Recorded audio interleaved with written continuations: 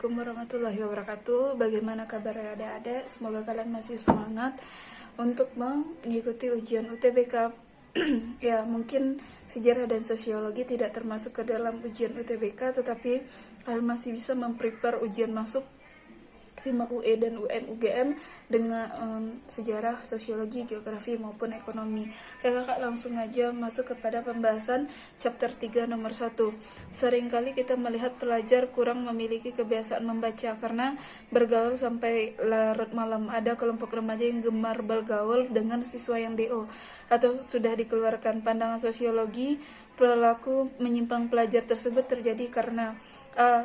Primer, B. Sekunder, C. Subkebudayaan menyimpang, D. Konflik budaya, atau E. Perbedaan lingkungan. Jawabannya itu yang C, karena dia bergaul dengan teman-teman yang sudah di DO. Yang kedua, masyarakat beramai-ramai mengusir gelombaran pelajar yang terlibat tawuran di wilayah Matraman. Berdasarkan reaksi dan sanksi yang diberikan oleh masyarakat setempat, menurut Edwin Lemmer, tindakan berkelahi kelompok termasuk jenis penyimpangan. A. Primer, B. Sekunder, C. Individu, D. Kelompok, atau E. Campuran. Kita buang C, D, dan E secara langsung. Nah, kita langsung aja ke A dan B. Jawabannya di sini yang B, karena tawuran itu biasanya termasuk penyimpangan, tidak bisa lagi ditoleransi atau dimaklumi oleh masyarakat dan sudah termasuk kepada penyimpangan yang besar.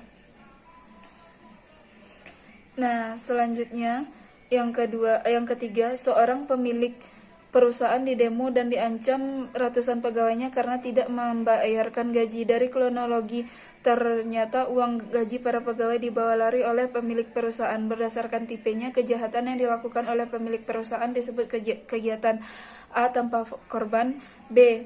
Kerah putih, C. Spoofing.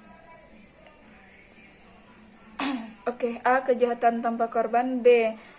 Distributed denial of attack, C. Kejahatan keras putih, D. Spoofing, atau D. Penyimpangan terorganisasi. Kita buang yang B. D itu nggak ada dalam istilah sosiologi.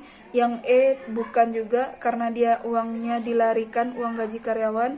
Di sini jawaban yang tepat itu C. Kejahatan yang dilakukan oleh orang kerah putih biasanya dilakukan oleh pejabat perusahaan swasta maupun pemerintah. Tanpa korban enggak juga, karena korbannya jelas ada.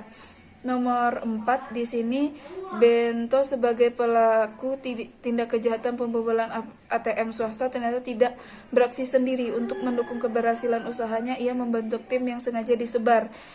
Bento tinggal menghubungi komplotannya. Berdasarkan kategori tersebut, ilustrasi tersebut adalah A. Primer, B. Kolektif, C. Sekunder, B. Sistematik, atau E. Terorganisasi.